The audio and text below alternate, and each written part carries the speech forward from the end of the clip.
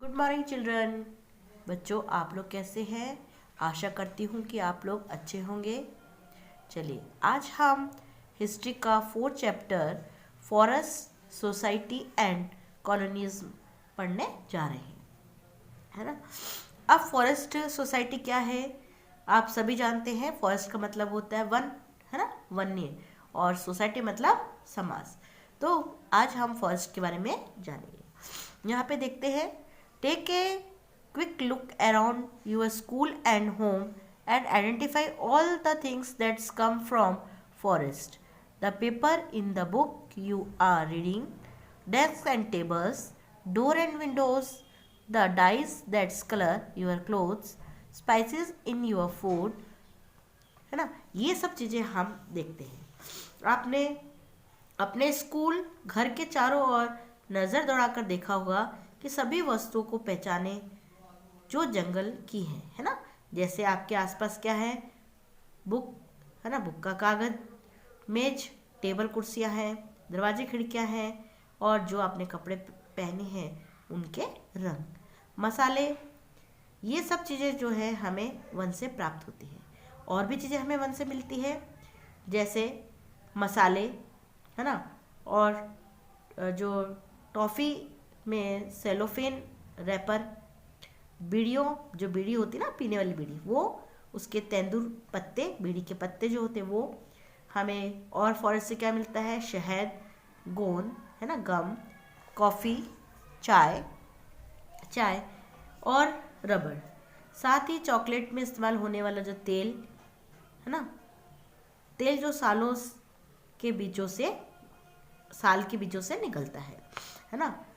खाल से चमड़ा बनाने में इस्तेमाल होने वाला जो टैनिन या दवाइयों के रूप में इस्तेमाल होने वाली जड़ी बूटी, इन सब को हम कभी भी नहीं भूल सकते, है ना।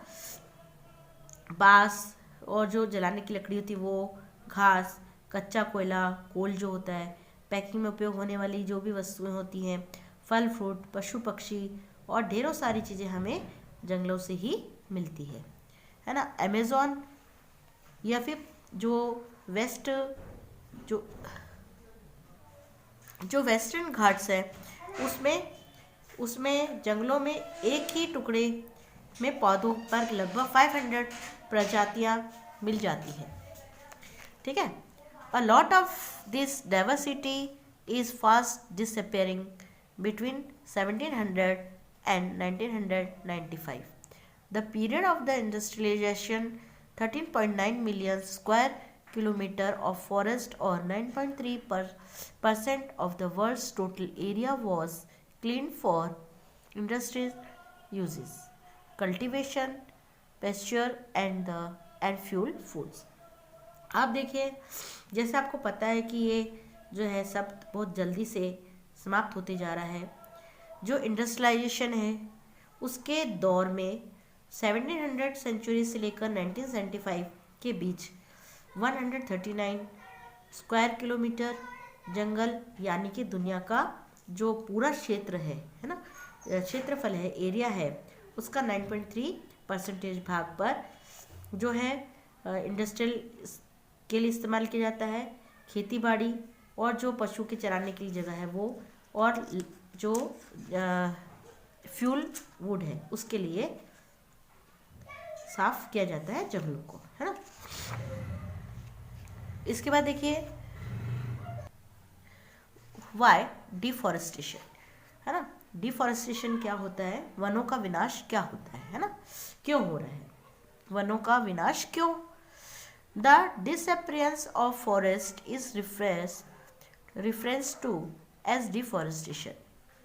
जो वनों का कम होना या उनका लुप्त होना, सामान्य रूप से हम उसको डिफॉरेस्टेशन कहते हैं। Deforestation is not a recent problem. ये कोई एक नई समस्या नहीं है। जैसे आपको पता है, ये बहुत लंबे समय से हमारी समस्या चलती आ रही है।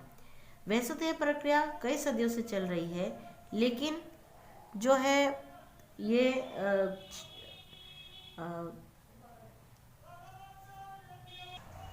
कॉलोनियल रूल से जो है बहुत अधिक व्यवस्थित और इसका व्यापक रूप उसने धारण कर लिया है। अब वन विनाश जो है, डिफॉरेस्टेशन के कुछ कारण है, उस पर हम ध्यान देते हैं।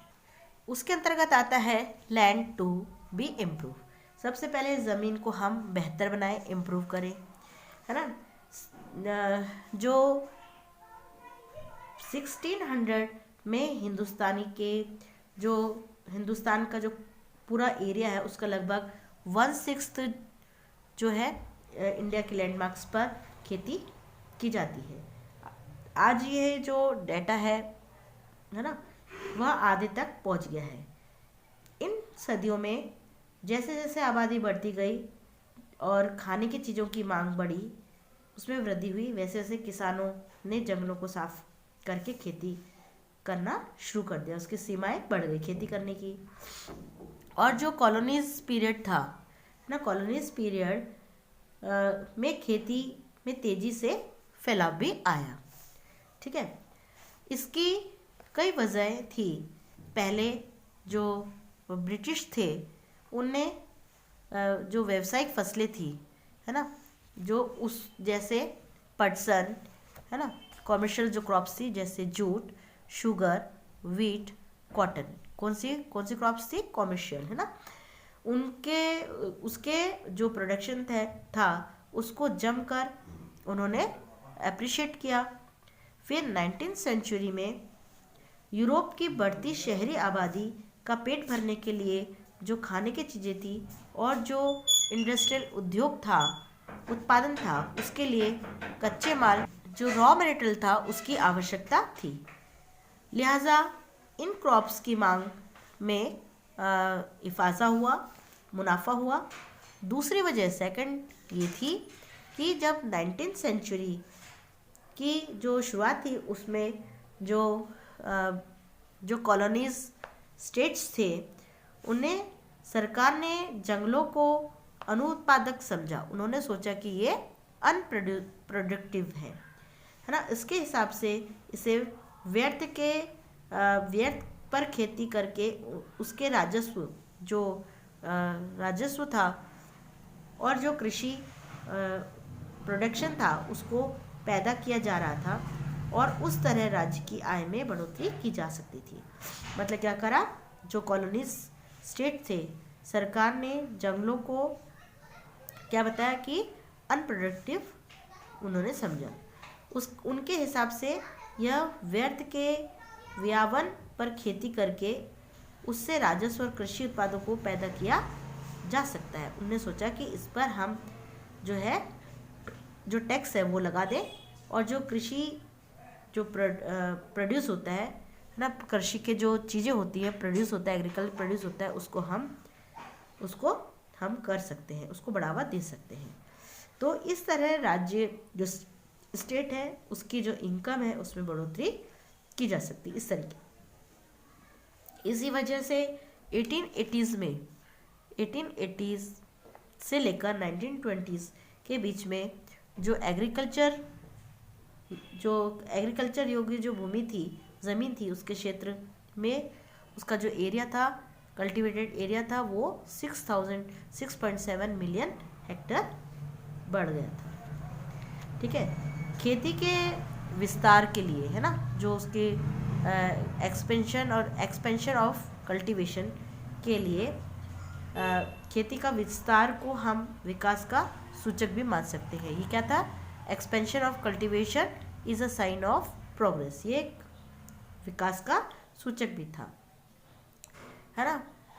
But we should not forget that for land to be brought under the plough forest have to be clean. लेकिन हमें ये नहीं भूलना चाहिए कि ज़मीन को जोतने के पहले जंगलों की कटाई करनी पड़ती है ना।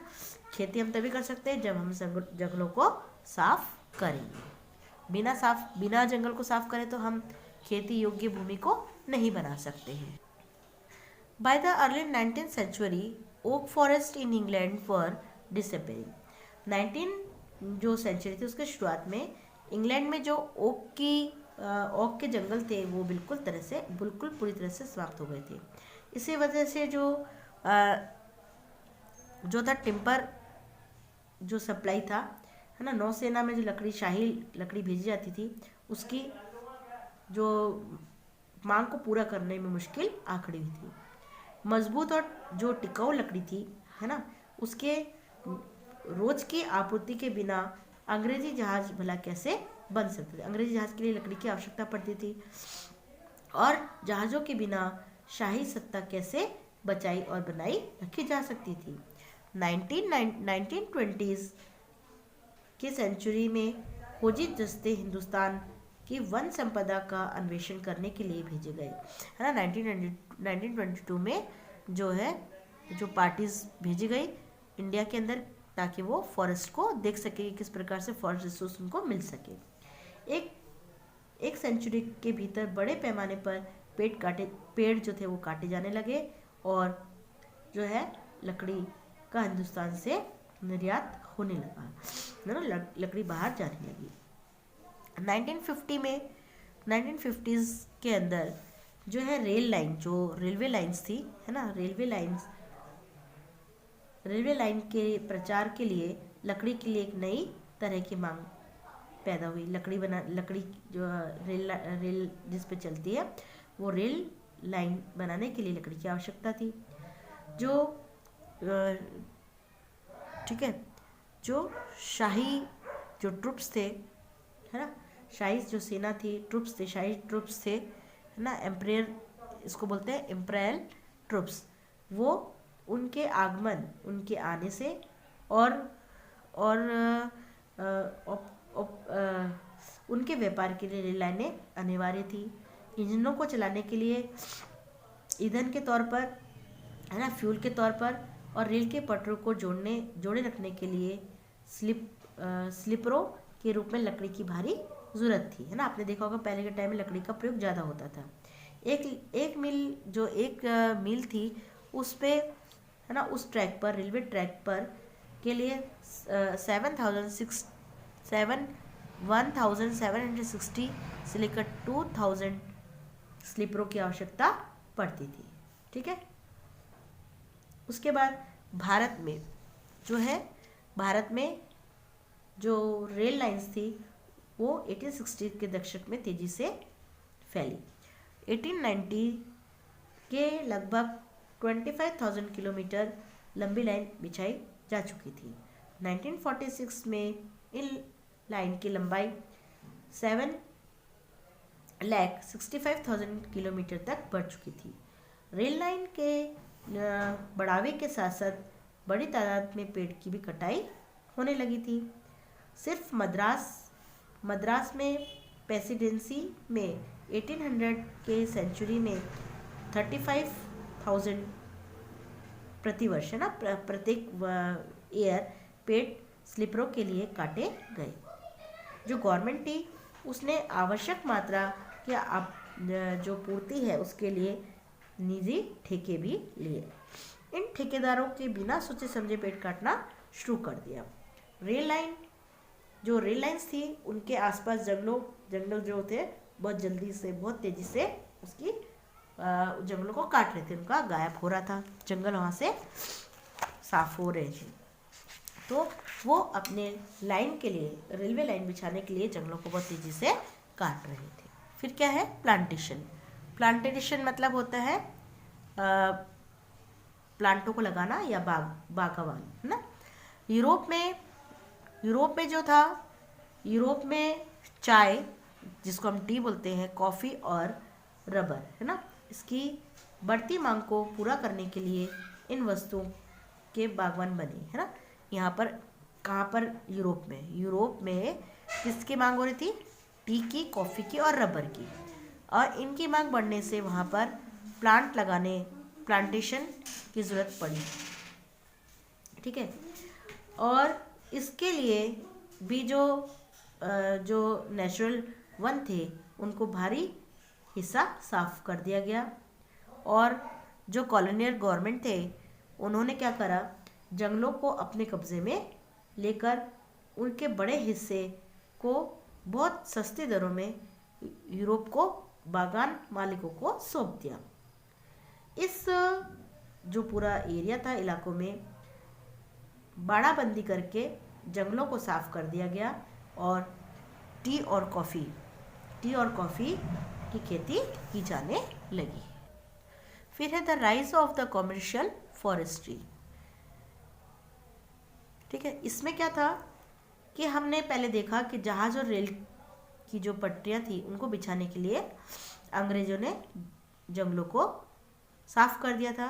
अंग्रेजों को इस बात की चिंता थी कि जो लोकल लोग हैं जंगलों का उपयोग वह जो कॉमर्शियल व्यापारियों द्वारा पेड़ों का अंधाधुंध कटाई से जंगल नष्ट नहीं हो जाए। किसको चिंता थी? अंग्रेजों को, है ना। इसलिए उन्होंने जो डाइटिस्ट ब्रेंडिस नामक एक जर्मन विशेषज्ञ था उसके विषय पर मशविरे के लिए उसको बुलाया गया ताकि उससे राय ले सके और उसे देश का पहला वन महानिर्देशक नियुक्त किया गया। उसको क्या किया गया? जो इसको बुलाया गया था उसको क्या गया? First inspector general of forest in India. उसको क्या बुलाया गया? उसको पहला जो first inspector general of forest in India. जो बैटरिस ने महसूस किया कि लोगों का जो प्रोटेक्शन है ना, प्रोटेक्शन विज्ञान में उनको एजुकेट करना और जंगलों के जो मैनेजमेंट है उसके लिए व्यवस्थित जो तंत्र है विकसित करना होगा, है ना। उन्होंने सोचा कि उन्हें ट्रेन करना होगा लोगों को। इसके लिए उन्होंने क्या कहा? This system would need legal sections. ठीक है, इसके लिए उन्होंने कानूनी मंजूरी की ज़रूरत पड़ेगी।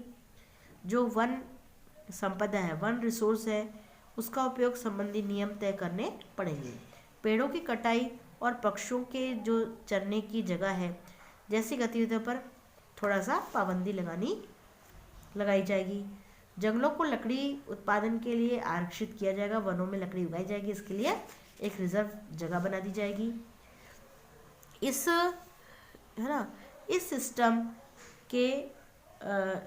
सिस्टम को अपनाकर पेड़ काटने वाले किसी भी व्यक्ति को सजा दी जा सकती है। ठीक है, इस प्रकार से उसने नियम बनाए। इस तरह जो ब्रेडिस ने 1864 में जो इंडियन जो वन सर्विस थी, फॉरेस्ट सर्विस थी, इंडियन फॉरेस्ट सेवा की स्थापना की, है ना। कब करी थी? 1865 में। किसकी स्थापना करी? इंडियन फॉरेस्ट एक्ट की करी। और 1865 में भारतीय वन अधिनियम को सूचीबद्ध करने का सहयोग मिला। ठीक है, कब मिला? 1865 में एक एक्ट बनाया था जिसका नाम था इंडियन फॉरेस्ट एक्ट। ठीक है, इम्पीरियल फॉरेस्ट रिसर्च इंस्टीट्यूट की स्थापना 1906 में देहरादून में हुई थी। किसकी हुई थी? ये रिसर्च इंस्टीट्यूट। ठीक है, the imperial forest research institute was set up at Dehradun in 1906। ठीक है, यहाँ पर शिक्षा दी जाती थी। उसे क्या बोलते थे? Scientific forestry. How were the lives of people affected? अब वहाँ के लोगों का जीवन जो था, वो लाइफ जो थी, वो कैसे प्रभावित हुआ? एक अच्छा जंगल, है ना, फॉरेस्ट जो था, एक अच्छा जंगल कैसा होना चाहिए, इसके बारे में जो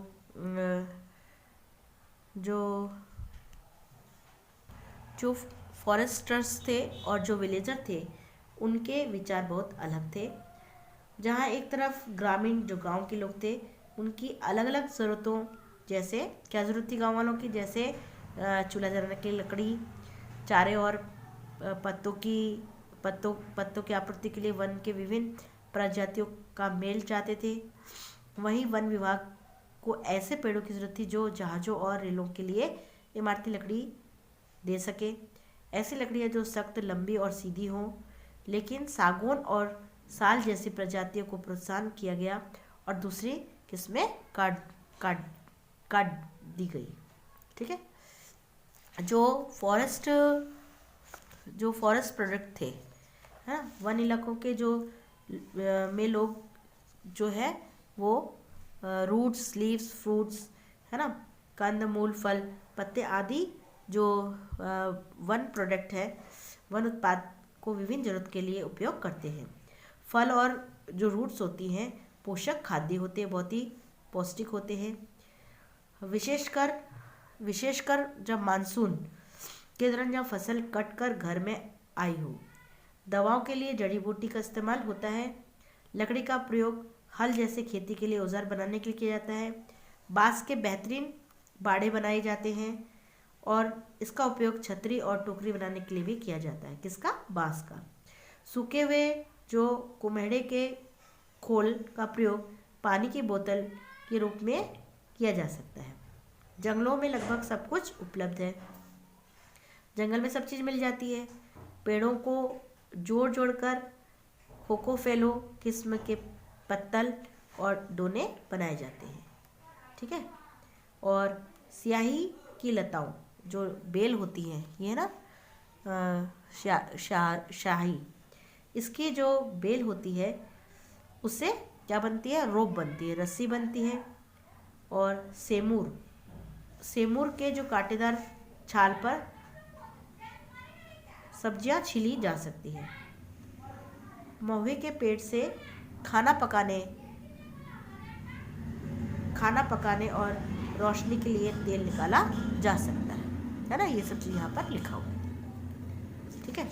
उसके बाद जो फॉरेस्ट एक्ट है ना, फॉरेस्ट एक्ट्स मीन, ये फॉरेस्ट एक्ट का मीन के चलते देश भर में गांव वालों की मुश्किलें बढ़ गई। ये जो लॉ था उसके बाद घर के लिए लकड़ी काटना, पशु को चारागाह देना या उनको चराने के लिए जगह देना, रूट्स और मूल और फल इकट्ठे करना आदि जो रोजमर्रा की जो काम थे वो गैर कानूनी बन गए। अब उनके पास जंगलों में लकड़ी चुराने के अलावा कोई और चारा नहीं था। वो जो आसानी से नहीं मिल रहे थे उसको वो क्या करने लगे? चुराने लगे। ठीक है। पकड़े जाने की स्थिति में वे वन जो रक्षक थे उनकी दया पर होते, जो उनके घूस ऐंठते थे, है ना, वो मतलब उनको लालच देते थे और वो छूट जाते थे। और जलावनी जो लकड़ी है, जलाने वाली जो लकड़ी थी उसको इकट्ठा करने वाली औरतें विशेष तौर से परेशान रहने लगी। औरतें भी जंगल में औरतें जाती थी लकड़ी इकट्ठे करने के लिए। मुफ्त खाने पीने की मांग करके लोगों को तंग करना पुरुष और जंगल के चौकीदारों के लिए एक सामान्य सी बात बन गई थी। ठीक है। उसके बाद जो है हु कुड हंट, कौन शिकार कर सकता था, किसको आज़ादी थी शिकार करने की? जो new forest law change the lives of forest dwellers in yet another way. जो जंगल संबंधी नए कानून में जो वनवासी थे उनके जीवन का एक और तरह से प्रभावित हुआ। वह कानून के पहले जंगलों में या उसके आसपास रहने वाले सारे लोग हिरन, जो तीतर था, हिरन है ना, तीतर और छोटे मोटे शिकार करके अपना जीवन चलाते थे। यह उनकी पारंपरिक है ना प्रथा थी, ट्रेडिशनल उनका ये वो थी, प्रथा थी। अब गैर कानूनी हो गई थी, है ना। फिर उसके बाद शिकार करते हुए पकड़े जाने वालों को अवैध शिकार के लिए सजा भी दी जाती थी। जहाँ एक तरफ वन जो था वन लॉ जो फॉरेस्ट लॉ था उनमें लोगों के शिकार की परंपरागत अधिकार से वंचित किया था, वही बड़े जानवरों का शिकार और शिकार जो है वो एक खेल बन गया था। इंडियंस में बाघ जो थे वो और दूसरे जानवरों को शिकार करना बहुत पहले से दरबारियों और जो नवाब लोग थे उनकी संस्कृति का एक हिस्सा रहा है ना, उनका एक शौक रहा है। अपने मुगल कलाकृतियों में शहजादों और जो सम्राट थे, राजा थे, एम्पायर थे, को शिकार का मज़ा लेते हुए दिखाया गया है ना। उसके बाद किंतु जो ये शासन था, कॉलोनीज जो स्टेट थे के दौरान शिकार का चलन इस पैमाने तक बढ़ा कि कई कई जो प्रजातियां थी, है ना, जो स्पाइसीज थे, लगभग पूरी तरह से लुप्त हो गई थी। अंग्रेजों की नज़र में बड़े जानवर, जो बहुत बड़े जानवर थे, वो जंगली और जो बब्बर, है ना, जंगली और बब्बर और आदि समाज के प्रतीक चिन्ह थे, पर्वत, है ना, उनके चिन्ह थे। उनका मानना था कि खतरनाक जानवरों को मारकर वे हिंदुस्तान को सभ्य बनाएंगे। जो बाघ है और जो भेड़िया है ना, बाघ और जो भेड़िया है उसको बाघ, टाइगर और वुल्स और दूसरे बड़े जानवरों का शिकार पर वह यह कहकर इनाम दिए गए जिसमें किसानों को खतरा है। 1875 से 1925 के बीच इनाम के लालच में 80,000 से ज़्यादा टाइगर्स और 1,50,000 से ज़्यादा जो थे लिपियार्ड्स और 2 लाख से ज़्यादा जो है वो भेड़िए मार दिए गए थे। धीरे धीरे जो टाइगर्स के शिकार को एक खेल की ट्रॉफी के रूप में देखा जाने लगा। अकेले जॉर्ज यूल नामक एक जो ब्रिटिश ऑफिसर था, है ना, उसने 400 जो टाइगर्स है उस बाघों को टाइगर्स को मारा था। पहले तो स्टार्टिंग में तो जंगल के कुछ इलाके शिकार के लिए आरक्षित थे, मतलब कुछ तो फिक्स कर दी थी, यहाँ पर हम शिकार कर सकते हैं। काफ़ी समय बाद जो इन्वायरमेंटलिस्ट होते हैं वो, और जो कंजर्वेटर्स जो होते हैं, उन्होंने इसके आवाज़ उठाई कि जंगलों कि जानवरों के इन भारी जो प्रजातियां हैं उसकी सुरक्षा होनी चाहिए, न कि इनको मारा जाना चाहिए। ठीक है बच्चों, चलिए अब इसके आगे का जो टॉपिक है उसको हम नेक्स्ट वीडियो में देखेंगे। ठीक है, चलिए, ठीक है, have a nice day, thank you.